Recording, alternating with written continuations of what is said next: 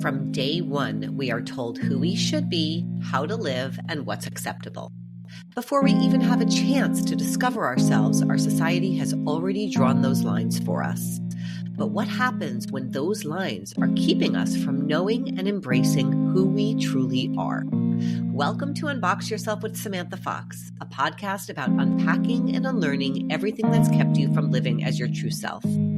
Through honest conversations about your internal emotional landscape, sexuality, coming out later in life, relationships, and the journey to self-acceptance, we break free from the boxes we never chose.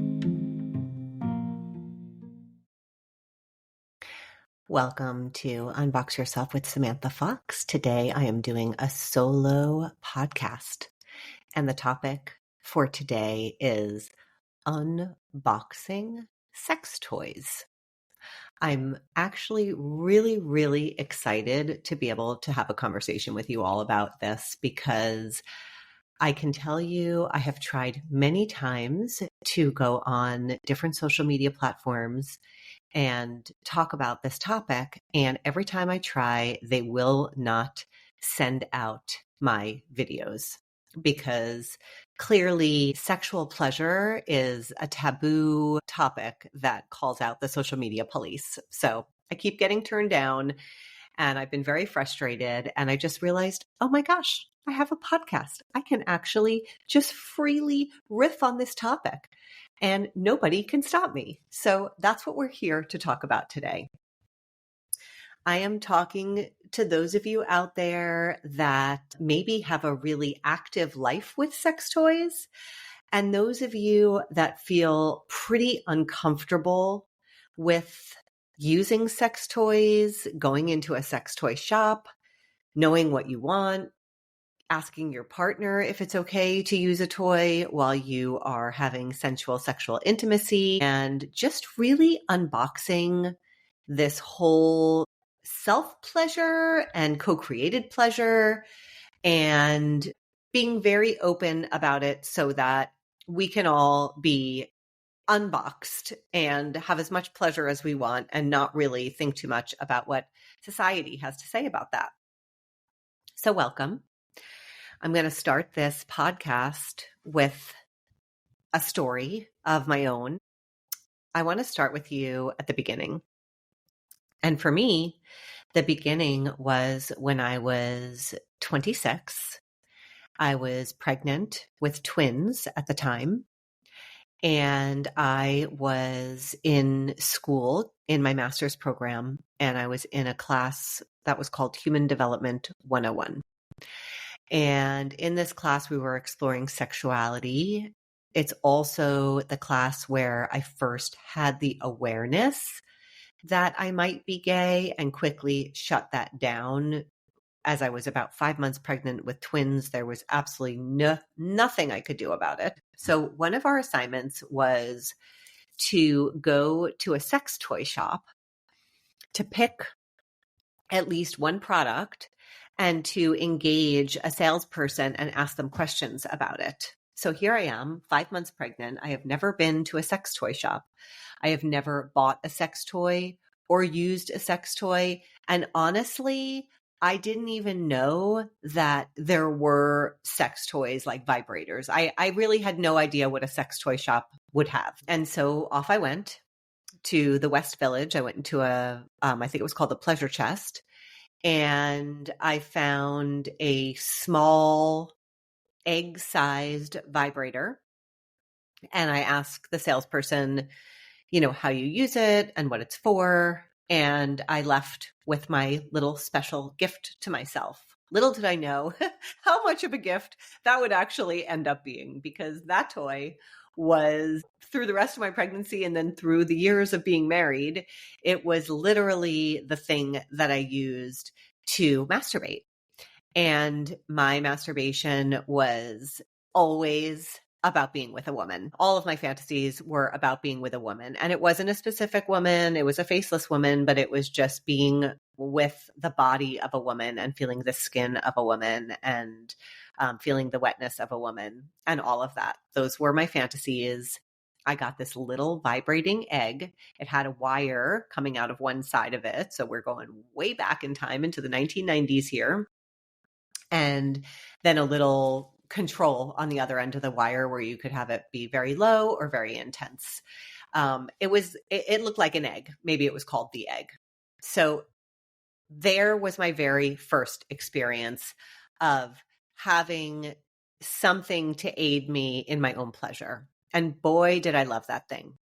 I never told my husband that I had bought it. He had no idea I had it. I never shared it with him. It wasn't something we used together. It was something I did in private. It was in my side table. He never looked there. And that was where my sex toy journey began. So for many years, that was the only thing that I used.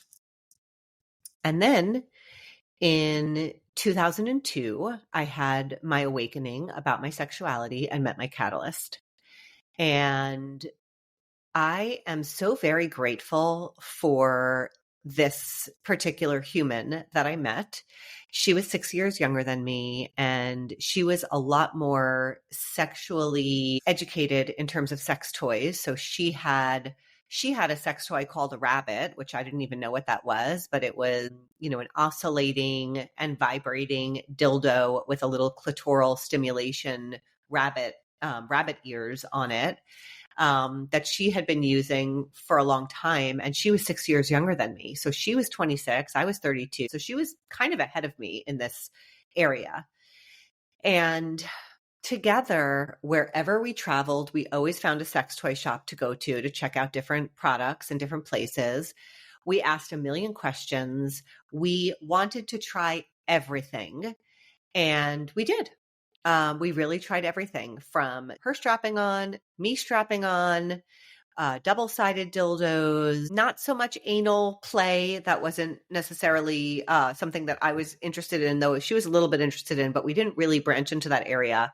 It was really more clitoral stimulation or fully penetrating stimulation. But we found G-spot dildos and all different ways of just playing. And all I can say is that I spent about 8 years with this person, and I am so grateful that I had this experience because it was like going to the candy store with her every day. We played, we explored, we tried new things. We talked during our sensual intimacy and asked each other what we liked and what felt good and what we wanted. And it really changed me, I would say, in terms of realizing after an entire lifetime of having been with men and also being a survivor of childhood sexual abuse, that sex could not only not give me different vaginal infections, because I had many when I was with men, but that it could be so fun, so playful, and so pleasurable. It was something I really hadn't ever thought about. So from that relationship, I carried that confidence with me into my other relationships sexually. And I found that many of the women I was with hadn't even explored sex toys to the degree that I had, and certainly hadn't been using them in the same way. And if they were using them, they were using them really more for self-pleasure and not so much for couple play, for sex play with your partner. And I always felt very good about being so open and so playful and, let's bring all of the toys out and see what we feel like using. And if we use any, great. And if we don't, great. And there's no judgment. And if you need a toy, if you need vibration in order to reach orgasm, that's awesome. Like, how can I be part of that? And, which toy do you want to use? And can I watch, or can I, can I facilitate in some way? There was never any feeling on my part of sex toys taking the place of me and almost kind of feeling jealous of the sex toy. Like, oh, well, if you need that to have an orgasm, then we're not really having sex. And I want to say, I have heard this. I have heard this from clients that feel that the fact that their partner needs a sex toy in order to have an orgasm, because maybe her clitoris is not as sensitive as her partner's, so she really needs that clitoral stimulation, that somehow becomes a failure on the part of a partner. And I've really tried to help people not look at it that way and not view things that way. Whatever it is, as long as it's consensual and safe, that brings you pleasure, I think is game. I'd like to talk a little bit about penetration and being queer. So when I started working back in 2021 as a sexuality coach, I've been a therapist for a long time, but when I started working with women coming out later and discovering their sexuality after they had been with men, one of the questions I frequently received was, is strap-on sex heteronormative? And also, if I feel the desire to be filled up inside, I want something inside, does that mean that I'm actually not gay?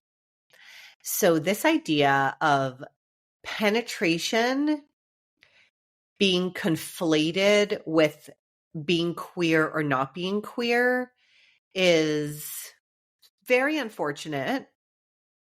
I've heard stories from women coming out later that have dated lifelong lesbians that have had this opinion of sex toys that if you use a sex toy, you're not really gay. And if you want penetration, you're really straight and you should go back to being with men. And I find this so sad because our physical bodies are built in a certain way and we have pleasure centers in different areas. And I can attest to the G-spot pleasure center being one of the most intensely releasing pleasure centers we have. And the clitoral pleasure center is very pleasurable. The G-spot pleasure center is connected to really deep emotions that don't typically get touched or released. So whether it's through digital penetration or a dildo that's shaped like a G-spot dildo that has the certain curve to it, there is nothing wrong with our bodies wanting that and like desiring that. So I had interviewed a couple quite some time ago, two very professional women. They had both been married to men. They then divorced from their men and they got together as a couple. And when they started having sexual intimacy between the two of them, they both found themselves feeling extremely frustrated because they wanted, in addition to being clitorally stimulated, they also really wanted to be penetrated. But neither one of them would say it because they really had this internal fear that if they did want that, that it meant that they should be with a man and that they weren't actually queer. And we had a conversation about this. And this is really where the double-sided dildo comes in. And I happen to think is a fantastic concept, though it's not a concept that has been carried out well, at least not in my opinion, except for one product that I found back in 2010. I found this double-sided dildo product called the Fieldo. And it had a flexible base so that it could either be spread wide open or it could be more in a V shape. So you could change the shape of it. And one side had more of a G-spot dildo. So it had kind of like a bulbous plug, and the other side had a regular shaped dildo. And I loved this toy. I loved being able to be with a woman and to feel all of her vulva and also at the same time feel internal stimulation and know that she's feeling internal stimulation. To me, this felt like, in terms of what a body could feel, this felt like the highest level of sexual pleasure possible. And I discovered this with my second partner. I did try the double-sided dildo with my first partner, but in those days, and we're going back now into the early 2000s, the only double-sided dildos they had were they were clunky, and it just was not enjoyable for me. So when I landed on the Fieldo in 2010, I was just so overjoyed. But I digress. I was talking about this couple, and, I hear this over and over again. If you want penetration, you should be with a man. Just because a man has a penis does not mean that when you desire internal stimulation, that you want to be with a man. It has nothing to do with that. There's nothing wrong with being queer, being with a woman, and feeling the desire for penetration. So for those of you out there that have somehow conflated this idea that if you are desiring penetration, that you are not queer, I just want to really clear that up. That is just what your body does. You were born with that body. What you use to stimulate you internally is completely up to you. It has nothing to do with your sexual orientation. You are out of the closet, but still in the house. You feel alone and like there's no safe place to explore, get curious, and discuss what's coming up for you. The Bi Life is for you. This is a new community program that will be starting on July 1st, 2025, and will run for 6 months. To learn more about it, check out the show notes and register to be part of this new membership community for bisexual women who are in hetero-monogamous relationships with men. About a year and a half ago, an account on social media reached out to me, and they were looking for people to give feedback on building a double-sided dildo that would be better than what is out there. Because I have to say, other than the Fieldo, which they stopped making, there was nothing I ever found again that was anywhere near as good as that. And honestly, even that was not perfect. It had its problems. You had to kind of hold it in manually. It would pop out. So, it wasn't perfect, but it was the best that there was. And then they stopped making it. So this product company reached out and they wanted to hop on a Zoom call and get some feedback on building a double-sided dildo that would be more functional and pleasurable. So we sat on a Zoom. I gave all my feedback, all my experience, what I found that worked, what I found that didn't work, what I liked, what I didn't like. And I forgot about it. They've been quiet. They've been doing their job for a year and a half. And about 2 weeks ago, they reached out to me and they said, "Hey, Samantha, we have a demo of our double-sided dildo and we are ready to send it to you. So just fill in this code and it will be sent to you for free." So I went onto their website. I was so excited. So basically it's 2 sides of this double-sided dildo and you get to pick the size that you want and which attachment you want. So there's a G-spot shaped side, which comes, I believe, in small, medium, and large. And then there's just a straight dildo side, which also comes in small, medium, and large. And you can have 2 G-spot sides, you can have 2 long dildo sides, or you can mix and match them. I mix and match them because that's what I liked in the Fieldo. And they sent it to me and I got it in the mail and I was so excited. And I told them I will do content on social media of me unboxing this and I will promote it. Well, I tried, but social media would not post anything, would not send any piece of content out, even if there were no words. If I did not speak, I did not use the word dildo. I did not even use the word sex toys. None of it. They would not send it out with me showing the dildo in the video. And so I was very frustrated until I realized I'm going to do a solo podcast episode about this. The real irony of receiving a year and a half later this amazing double-sided dildo, which I have tried only with myself at this point because they're two separate sides. You can use them individually for your own masturbation, but they also click together and then you can use it as a double-sided dildo. The thing that was so ironic is that I have been single for a year and a half. And so I get this free demo dildo. They want my feedback. They want to know how I like it and what I think about it. And I have no one to use it with, which I think is quite hilarious. And, you know, if I were a different person, I might just be able to find somebody to use it with and give them feedback, but I'm also demisexual.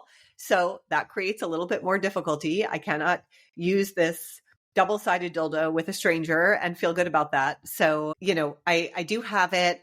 I do want to recommend it to those of you that are out there. And I'm going to put a link to this product in the show notes, because if you have a partner and if you like stimulation internally and so does your partner, I think this product is going to send you sky high. To me, it looks like it has everything I said I thought it should have, and it will allow for all of that. So direct contact, vulva to vulva, and also internal stimulation. And it also vibrates at 4 different intensities. So I have to say, I mean, I cannot wait to use this thing at some point in the future. For now, as I'm unboxing sex toys, this sex toy sits in its box. So really, my point of being here, my point of talking about this today is sensual intimacy and sexual intimacy is about pleasure. And there does not have to be rules around what you like meaning something about you. It can just be you like it, and that's okay, right?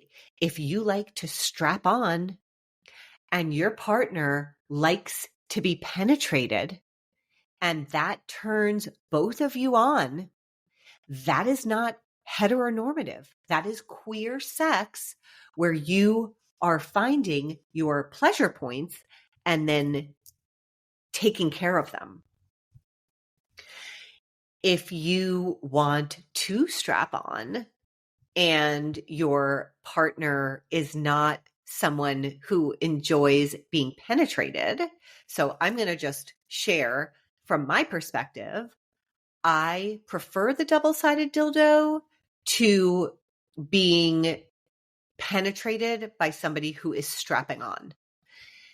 Because I have a history of some trauma, being very dissociated for a lot of my sensual and sexual intimacy as a younger person, there is something, and this is historical, maybe today it would be different. Maybe if I knew that it really turned my partner on today, it would be different. But historically, I have not loved being on the receiving end of a strap-on. So being the one who's being penetrated. One of the things I don't like about it is that because of the holster that the dildo is being held in, I cannot feel the skin of my partner. And that is something that I really like to feel. I cannot feel their vulva. I cannot feel their wetness. That is something that really turns me on. So the strap-on kind of blocks all of that, and all I get from it is the penetration, which I do like penetration, but I like it when it stimulates the G-spot. I don't like it as a straight dildo type of penetration that actually really doesn't do anything for me. So I think there are just so many ways for us to first explore. Are you open to exploring? Are you open to checking out a few different toys and then figuring out how to use them with your partner and having it be playful with no pressure? You don't have to have an orgasm. You don't have to like it, but maybe you really will. What can you learn about yourself in that?